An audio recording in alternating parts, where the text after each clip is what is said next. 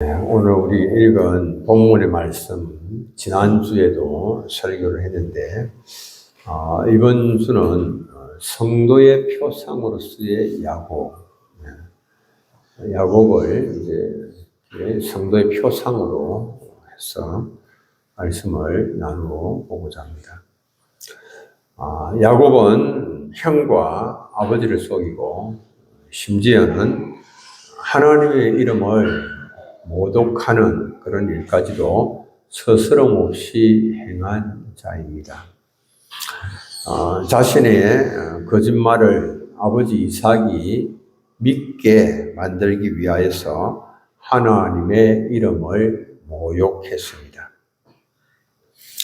하나님의 영광을 위하여 사는 자가 아니라 자기의 이익을 위하여서 하나님의 이름을 이용을 했습니다. 어머니 리브가가 염소 새끼로 만든 그 별미를 가지고 아버지 이삭을 찾아가서 축복을 받기 위하여서 야곱은 이렇게 말했습니다. 창세기 27장 19절에 나는 아버지의 맏아들 에스로소이다. 아버지께서 내게 명하신 대로 내가 하였사오니 원하건대 일어나 앉아서 내가 찬양한 고기를 잡수시고 아버지 마음껏 내게 축복하소서.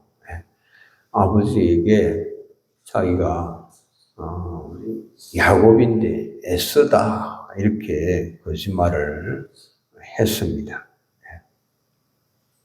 그리고 자신이 찬양도 하지도 않고는 아버지가 명한 대로 다 했고 찬양한 고기를 가지고 이렇게 별미를 만들었다.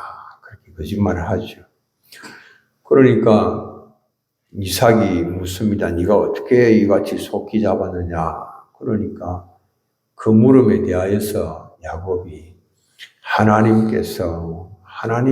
아버지 하나님 여호와께서 나를 순조롭게 만나게 하셨나이다. 하나님의 이름을 갖다 붙여서 또 거짓말을 한 것입니다. 하나님 여호와를 자기 거짓말에 이용을 합니다. 그러니까 이렇게 이제 말씀을 드리는 것은 하나님의 축복을 받기에 전혀 합당하지 못한 그런 모습이죠.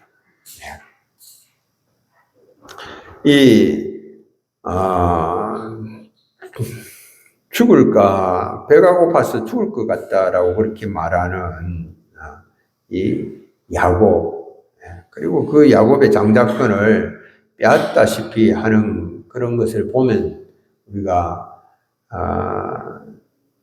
에스가 그렇게 말하죠. 그 에스의 장자권을 이제 빼앗으려고 하는 그런 야곱의 모습을 보면 그 성격이 아주 세밀하고 계산적이다 하는 것을 알 수가 있습니다. 쉽게 양보하지 않고 자신에게 또 손해가 되는 것은 잘 용납하지 않습니다. 이름에서도 알 수 있는 것처럼 다른 사람 뒷다리를 잡는 것에 아주 능숙한 그런 사람이죠. 누구든지 야곱에게 한번 잡혔다 그러면 헤어나기가 힘듭니다. 이에 반해서 에서는 사냥을 좋아하는 좀 단순 무식한 기분파 같습니다. 즉흥적이고 성격이 급하고 또 어느 정도 화끈하기도 하고 그러나 속이는 것은 없는 것 같아요. 쉽게 배신하지도 아니하는 그런 어리파 같습니다. 그러니까 인간적으로 보면 정말 에스를 제치고 야곱이 축복을 받을 만한 별 이유가 없습니다. 우리 사람들은 이런 야곱보다는 어쩌면은 에스를 더 인간적이다 그렇게 생각을 하고 더 매력적이다 그렇게 여길 겁니다.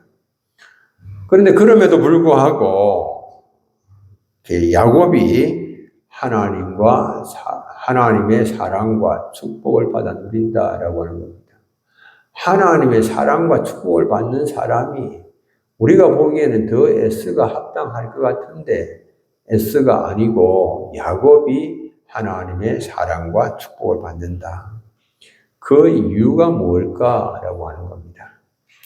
야곱은 어떻게 보면 성도의 표상이기도 합니다. 우리 성도들의 모습이기도 합니다. 야곱의 모습을 보면서 참 내가 바로 야곱과 같은 그런 자인데 그런 자임에도 불구하고 하나님께서 내게 이렇게 은혜를 주시는구나 이렇게 이제 생각을 해볼 수 있는 거죠. 예수 믿는 성도는 하나님 나라를 유업으로 상속받는 자들입니다. 그런데 성도라고 말을 하지만 그러나 이 세상 사람보다도 못한 경우가 종종 있죠. 하나님 나라 상속자임에도 불구하고 세상 사람보다도 못한 그런 경우가 종종 있음을 보게 됩니다. 세상에는 구제와 선행을 할 때에 자신을 드러내지를 않습니다. 드러내지 않고 그냥 잠잠히 아무도 모르게 선행과 구제를 행하는 사람들이 많아요. 전주에 얼굴 없는 천사, 전주시 노송동 주민센터에서 20년 넘게 기부를 이어오면서 2000년 이후부터 누적 기부액이 10억 4,483만 원 정도에 달했습니다. 그런데 이분은 기부를 할 때에 해마다 연말이 되면 기부를 하는데 기부의 특징이 이렇습니다. 전혀 자신을 나타내지를 않습니다. 그냥 어떤 이 주민센터 인근에 있는 특정 장소에다가 이 현금과 대지 저금통 이런 것이 들어있는 그 A4 용지 박스에 담아 놓고는 그냥 주민센터에다가 전화를 걸어서 내가 어디에다가 이렇게 돈을 이렇게 두었다. 돈과 때로는 편지를 이렇게 이제 같이 적어서 이제 두는 겁니다. 그런 식으로 이제 기부를 했는데 절대로 자기 자신이 누구인가 이걸 밝히지를 않는 거예요. 자기 자신의 신원을. 보통 같으면 자기가 이렇게 기부를 하면서 자기 이름을 내고 그렇게 하고 싶은데 이분은 절대로 밝히지를 않는 겁니다. 그래서 화제가 되었는데 지역에서는 2009년에 이 얼굴 없는 천사의 뜻을 기려서 기념비를 세웠고 그리고 이 노송동 주민센터 일대를 천사의 길로 명명을 했고 그리고 기념공원도 조성했다라고 하는 소식입니다. 그리고 그 지역 주민들이 10월 4일을 그냥 천사의 날로 기념하여서 이웃 돕기 나눔 행사도 진행한다라고 하는 겁니다. 이 얼굴 없는 천사의 영향으로 익명 기부, 자기 이름을 밝히지 아니하고 기부하는 사례도 많이 늘어났습니다. 이 교회가 하는 그런 다른 사람을 구제하고 선행을 할 때에 하나님께서 주신 그런 그게 원리입니다. 그게. 그래서 하나님께서는 교회에게 명을 하실 때에 오른손이 하는 것을 왼손이 모르게 하라. 그렇게 섬겨라고 말씀을 하시죠. 마태복음 6장 3절로 4절에 너는 구제할 때에 오른손이 하는 것을 왼손이 모르게 하여 내 구제함을 엄밀하게 하라. 엄밀한 중에 보시는 너희 아버지께서 갚으시리라. 이제 교회가 이런 자세로 이렇게 섬김을 해야 되고 구제를 해야 되는데 때로는 교회가 작은 구제를 하고도 사진도 찍고 떠벌리고 자랑할 때도 많았죠. 돌아보면 이제 그런 일들은 우리가 교회가 한 일들 가운데서 좀 부끄러운 그런 것입니다. 성경이 또 말씀하는 또 다른 한 가지 방식의 섬김은 사람들에게 막 이렇게 이제 드러내고 알려서 그래서 그것으로 인하여서 하나님께 영광을 돌리게 하라라고 하는 겁니다. 마태복음 5장 16절에는 너희 빛을 사람 앞에 비치게 하여 그들로 너희 착한 행실을 보고 하늘에 계신 너희 아버지께 영광 돌리게 하라. 부재 같은 거 이런 거는 좀 모르게 하고 또 막 이렇게 이제 다른 사람들에게 또 이 사회를 막 밝게 하는 그런 다중을 향한 그런 봉사 섬김을 할 때는 좀 드러내고 이렇게 이제 말씀을 하는 그런 것이죠. 개인적인 그런 것까지 막 드러내어서 그것을 받는 사람의 자존감을 상처를 입히는 그런 일은 하지 말고 또 사회를 좀 밝게 하는 그런 일들에 대해서는 이거 막 이렇게 이제 드러내어서 그것으로 인해서 하나님께 영광 돌리게 하라. 이런 이제 말씀인데, 그래서 아픔을 사회 전체에 막 여러 가지 막 우리가 돌아보아야 할 그런 부분이 있다면, 또 힘든 그런 부분이 있다면, 약한 사람들이 있다면, 그런 사람들의 편이 되어서 그런 일들을 감당할 교회가 해야 할 것을 말씀을 하죠. 그런데 교회가 이제 보면 우리가 때때로 좀 그랬어요. 약한 사람들의 편이 되고 그들과 함께하고 그들을 돕는 것보다는 오히려 힘 있는 사람들의 편을 들 때도 있었죠. 이런 것들은 교회가 좀 회개해야 되는 그런 부분입니다. 지난 주간에 초등학교 고학년 쌍둥이를 이제 만나서 너희들 교회 다녀봤나? 예수 믿으라. 그렇게 이제 이야기하니까 교회 가면 좋은 게 뭐가 있어요? 시간만 이렇게 낭비하지. 교회 가서 그냥 밥 먹고 오는 거 외에 뭐가 좋은 게 있어요? 그랬어요.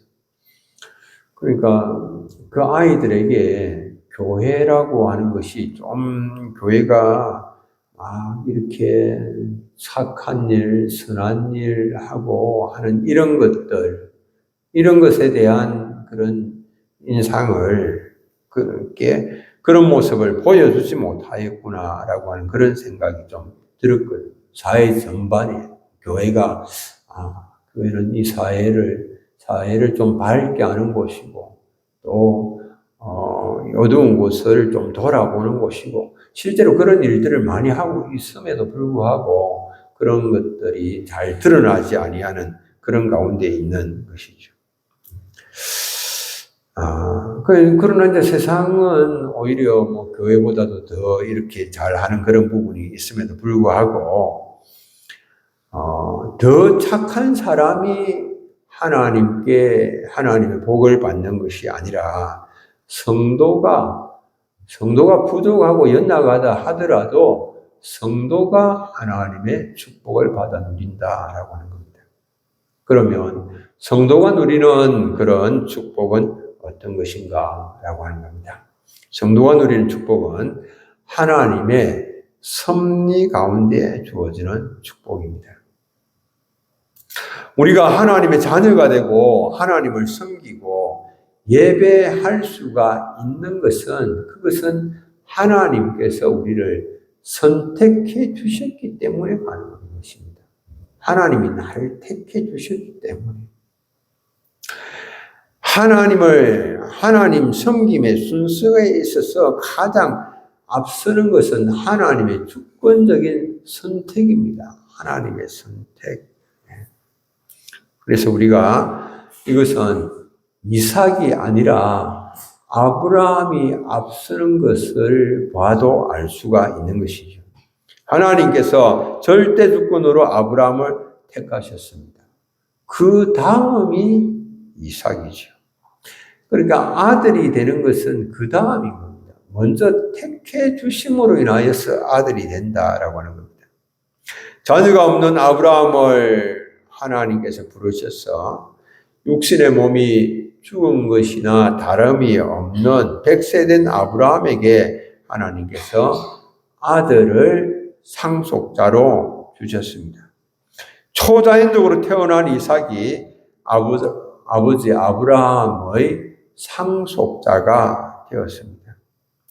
그 뒤를 잇는 믿음의 족장 야곱은 그가 가는 곳마다 어디든지 여호와께서 함께 하시는 것을 깨닫고 섬김과 예배의 삶을 살게 되는 것입니다.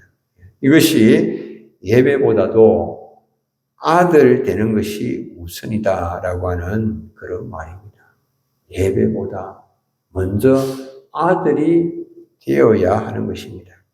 우리는 보통 생각하기를 예배하는 오랜 시간을 거쳐서 오랜 삶 동안, 오랜 삶에, 예배하는 오랜 삶의 그 종국의 마지막에 가서 마침내 아들이 된다. 이렇게 생각을 하는데 그렇지 않죠.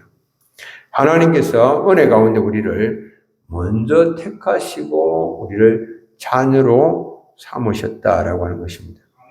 비록 우리의 모습이 여전히 야곱과 같은 그런 모습이지만 다른 사람을 속이기도 하고 선한 영향력을 나타내 보이지도 못하는 그런 모습이지만 그러나 우리가 아들이 되고 예배하는 가운데에 우리의 삶에 변화가 일어나는 것이죠.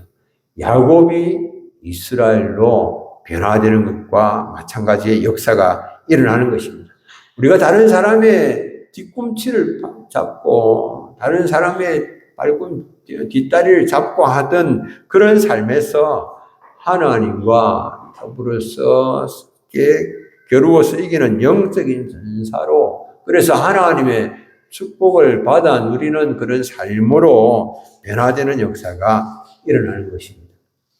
이런 하나님의 선택, 이거 우리가 다 이해가 안 됩니다. 하나님께서 왜 그 사람을 선택을 하셨는지, 하나님 왜 나를 선택하셨는지 다 이해할 수가 없습니다. 우리가 일반적으로 사람들의 공로나 선행 이런 것에 따라서 하나님이 선택을 하셨다라고 할 것 같으면 우리가 짐작할 수 있습니다. 그러나 그런 것과는 상관이 없습니다. 하나님의 선택은 우리의 선행이나 공로와 무관한 것입니다. 이해가 안 되는 그런 하나님의 선택을 보여주는 예들은 참 많습니다. 여러분들, 하나님은 고레스를 택하셨습니다. 왜 하나님께서 고레스를 택하셨는지 참 이해가 안 됩니다. 그러나 분명한 사실은 하나님께서 그를 택하셨다라고 하는 사실입니다. 우리가 이해하든 하지 못하든 하나님께서 고레스를 택하시고 그를 부르셨어. 그를 통하여서 하나님께서 계획하실 일들을 이루신다라고 하는 겁니다. 이사야 45장 1절로 4절 이런 말씀이 있습니다. 여호와께서 그의 기름 부음을 받은 고레스에게 이같이 말씀하시되 내가 그의 오른손을 붙들고 그 앞에 열국을 항복하게 하며 내가 왕들의 허리를 풀어 그 앞에 문들을 열고 성문들이 닫히지 못하게 하리니 내가 너보다 앞서가서 험한 곳을 평탄하게 하며 논문을 쳐서 부수며 새 빗장을 끊고 네게 흑암 중에 보화와 엄밀한 곳에 숨은 재물을 주어서 너를 지명하여 부른 자가 나 여호와 이스라엘의 하나님인 줄 알게 하리라. 내가 나의 종 야곱 나의 택한 자 이스라엘 곧 너를 위하여 네 이름을 불러 너는 나를 알지 못하였을지라도 네게 칭호를 주었노라. 하나님을 알지도 못하는 그 고레스를 하나님께서 부르셨어. 그래서 그 앞에서 문들을 하나님이 여시고 성문이 닫히지 못하게 하시고 험한 곳을 평탄하게 하시고 논문을 쳐서 부수시고 새빗장을 꺾으시고 이런 일들을 하나님께서 하신다라고 하는 겁니다. 고렛을 그렇게 택하신 그 하나님께서 야곱을 택하신 것도 마찬가지. 야곱이 택함 받은 것은 그가 하는 행실이 아름답고 선한 것이기 때문이 아니다라고 하는 것입니다.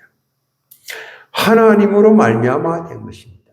하나님의 선택에 따라 된 것이다라고 하는 겁니다.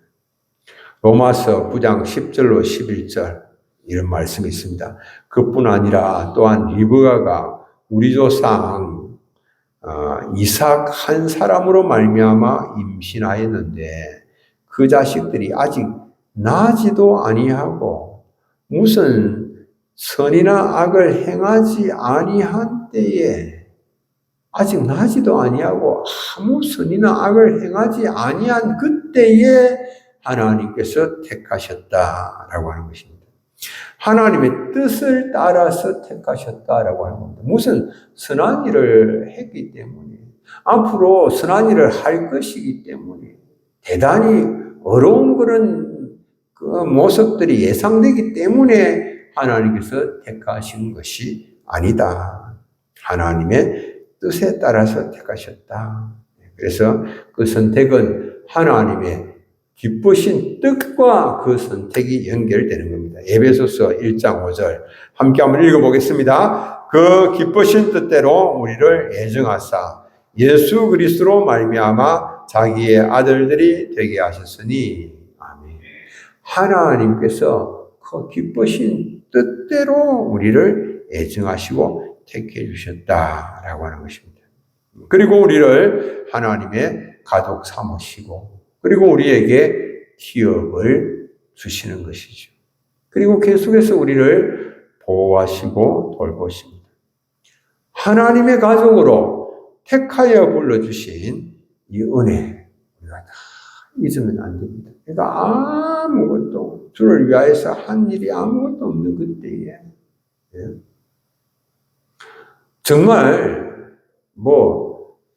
선한 일을 할 수 있는 그런 가능성이 일이라도 있는 그런 모습이 아닌 그때에 주님 나를 택하여 주셨다. 그리고 예배할 수 있게 하셨다라고 하는 이 사실 기억하면서 감사로 영광 돌리시는 사랑하는 성도님들 되시길 바랍니다. 두 번째로는 낮은 자리로 내려갈 때 누리는 축복입니다. 하나님의 축복은 우리가 낮은 자리로 내려갈 때에 누리게 되는 것입니다.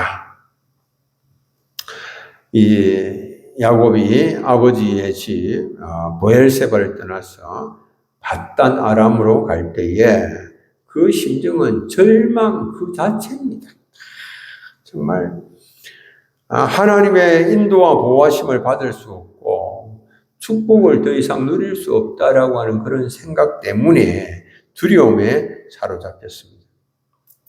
절망의 황무지에 홀로 있는 야곱. 근데 그 절망의 현장에 하나님께서 함께 계신다라고 하는 그 사실을 깨닫게 됩니다.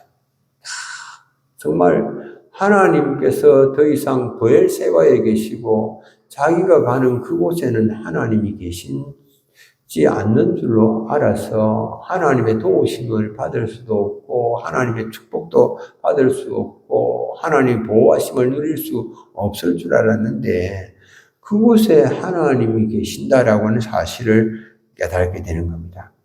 창세기 28장 16절에 여호와께서 과연 여기 계시거늘 내가 알지 못하였도다. 그곳에 계신다. 바로 그곳, 어떤 곳입니까?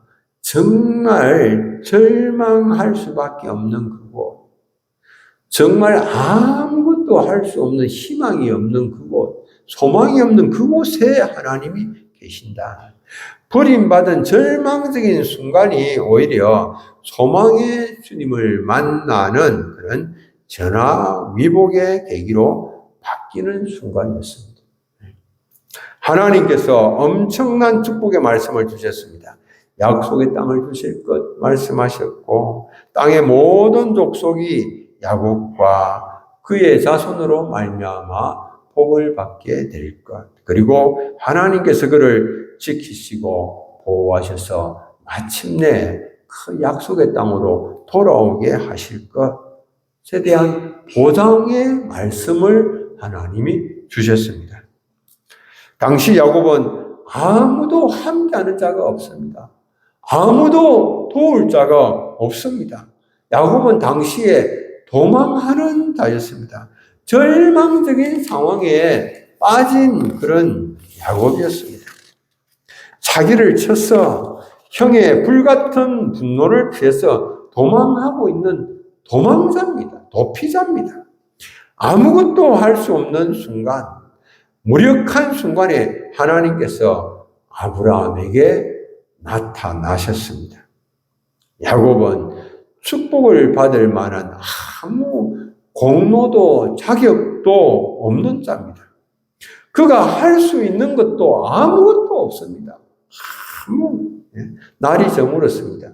그저 맨 땅에 유숙하는 겁니다. 겉옷으로 몸을 둘러싸고 두려움 가운데 바깥에, 이 한밤중에 바깥에 내던지신 자입니다. 어떤 수단도 없습니다. 어떤 방법도 없습니다. 어떤 대책도 없습니다. 이것이 야곱의 상황입니다. 아무것도 할 수가 없는 그런 상태에 놓여 있는 야곱이죠. 그때에 하나님께서 처음으로 만나주시고 야곱을, 그리고 그가 누워있는 땅을 그와 그 자손에게 주실 것이다 라고 말씀을 하십니다. 여러분들, 이건 전적으로 하나님의 은혜. 아무것도 할 수가 없는데 야곱은, 아무것도 할 수가 없는 그 야곱에게 하나님께서 찾아와 주시고 그리고 그 땅을 주신다라고 하는 겁니다. 무엇을 했어가 아니죠. 했으니까 내가 받을 만하다가 아니에요. 아무것도 한 거 없어요. 할 수 있는 것도 없어요. 그냥 누워 있는 겁니다. 전적인 하나님의 은혜죠. 하나님은 도망자를 찾아오셨습니다. 약한 자를 택하셔서 찾아오셨습니다. 약한 자와 미련한 자를 택하셔서 사용하시기를 기뻐하시는 분이 하나님이십니다. 하나님은 아무것도 가지지 않은 자를 택하셔서 그들에게 모든 것을 주실 수 있는 전능하신 하나님이시죠. 아무것도 받을 자격이 없는 자를 택하셔서 복을 주십니다. 고린도전서 1장 27절 29절에 그러나 하나님께서 세상의 미련한 것들을 택하사 주위에 있는 자들을 부끄럽게 하려 하시고 세상에 약한 것들을 택하사 강한 것들을 부끄럽게 하려 하시며 하나님께서 세상의 천한 것들과 멸시받는 것들과 없는 것들을 택하사 있는 것들을 폐하려 하시나니 이는 아무 육체도 하나님 앞에서 자랑하지 못하게 하려 하심이라. 아멘. 낮은 자리로 찾아오시는 주님이십니다. 약한 자를 들어 사용하시는 주님이십니다. 먼저 가장 낮은 자리에 처하게 되는 때에 함께 하시는 주님을 바라봐야 됩니다. 낮은 자리에서. 더 이상 내려갈 수 없는 바닥일지라도 자신의 무력함을 하나님 앞에 고백할 때에 도우시는 하나님께서 만나 주시는 것입니다. 여러분들 핸델 아시죠? 우리 나눔방에 올라왔던데 돈도 없고 건강도 없고 명예도 다 잃어버리고 감옥에 갇혔던 핸델. 정말 바닥에 더 이상 떨어질 수 없는 바닥에 떨어졌지만 그러나 도우시는 하나님을 만남으로 인하여서 메시아라고 하는 이 푸르의 명곡을 남길 수가 있었다라고 하는 겁니다. 가장 낮은 곳에서 주님을 만나고 정말 엄청난 그런 역사를 경험하는 우리 사랑하는 교우님들 다 되시길 바랍니다. 세 번째로는 루스를 베델로 바꾸어 주시는 축복입니다. 야곱이 유숙하게 된 것은 루스였습니다. 그곳에서 한 돌을 가져다가 베개를 삼고 맨 땅에 누워서 잠들었습니다. 야곱은 잠에서 깨어 그곳에 하나님께서 계심을 깨닫게 되었습니다. 야곱은 그곳이 다름 아닌 하나님의 집이라고 했습니다. 그리고 아침에 일찍 일어나서 베개로 삼았던 돌을 가져다가 기둥으로 세우고 그 위에 기름을 부었습니다. 그리고 그곳 이름을 베델이라고 하였습니다. 기둥을 세운 것은 하나님께서 도망자인 자신을 처음으로 만나주신 것을 기념하기 위해서입니다. 그리고 돌기둥에 기름을 부은 것은 거룩하게 구별하려고 하는 그런 행위입니다. 자기 자신과 그 장소를 하나님께 드리는 헌신의 표현입니다. 이 루스라고 하는 지명은 분리라고 하는 뜻을 지니고 있습니다. 그 분리라고 하는 뜻을 지니고 있는 이 루스를 야곱이 베델이라고 불렀습니다. 베델은 하나님의 집이라고 하는 뜻입니다. 분리라는 뜻의 그 루스를 이제 야곱이 하나님을 만나고 그것을 하나님의 집이라고 하는 뜻의 베델로 불렀다라고 하는 겁니다. 이 자신의 아버지 이삭과 어머니 리브가가 구하는 그곳 보엘세바에서 분리가 되는 것은 엄청난 고통이죠.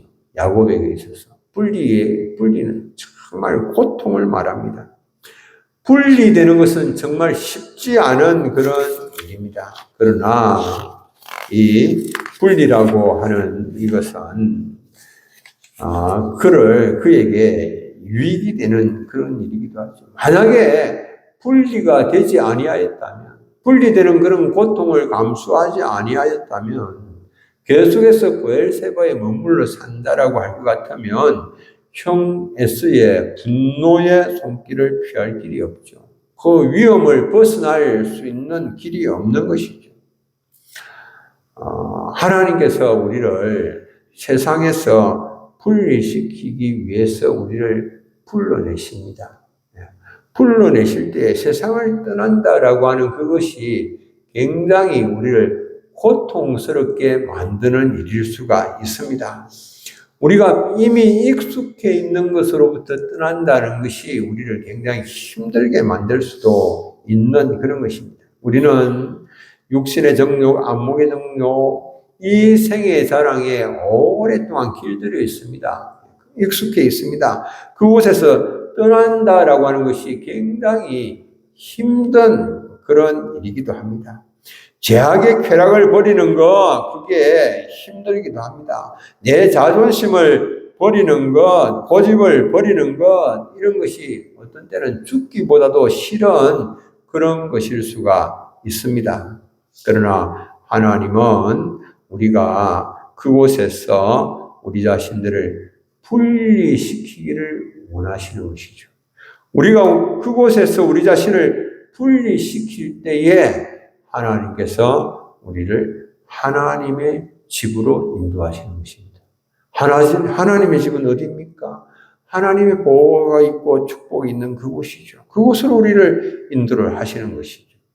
우리가 그곳을 떠나려고 할 때에 아픔이 있기도 하고 어려움이 있을지라도 그거 다 내려놓고 떠나면 하나님께서 우리를 위하여 준비하고 계신 그런 축복을 누리게 되는 것이죠. 주님은 우리를 기쁘신 뜻 가운데 택하셨습니다.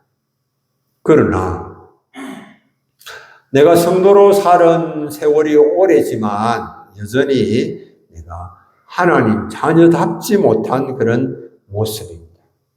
자충우돌하고 결정적인 어려움을 만나게 될 때 깊은 시리와 좌절에 빠지기도 합니다. 그러나 전능하신 주님은 바로 그곳에서 내가 깊은 시리와 좌절에 빠지는 그곳에서 우리를 찾아와 주시고 만나 주시죠. 그래서 내가 그곳에서 주님을 찾고 구할 때에 주께서 우리에게 하늘문을 열어주시는 것입니다. 그리고 축복의 나라로 인도하시는 것입니다. 이런 놀라운 역사를 경험하시는 우리 사랑하는 우리 교우님들 다 되시기를 축복합니다. 우리 함께 한번 찬송 부르고 기도하도록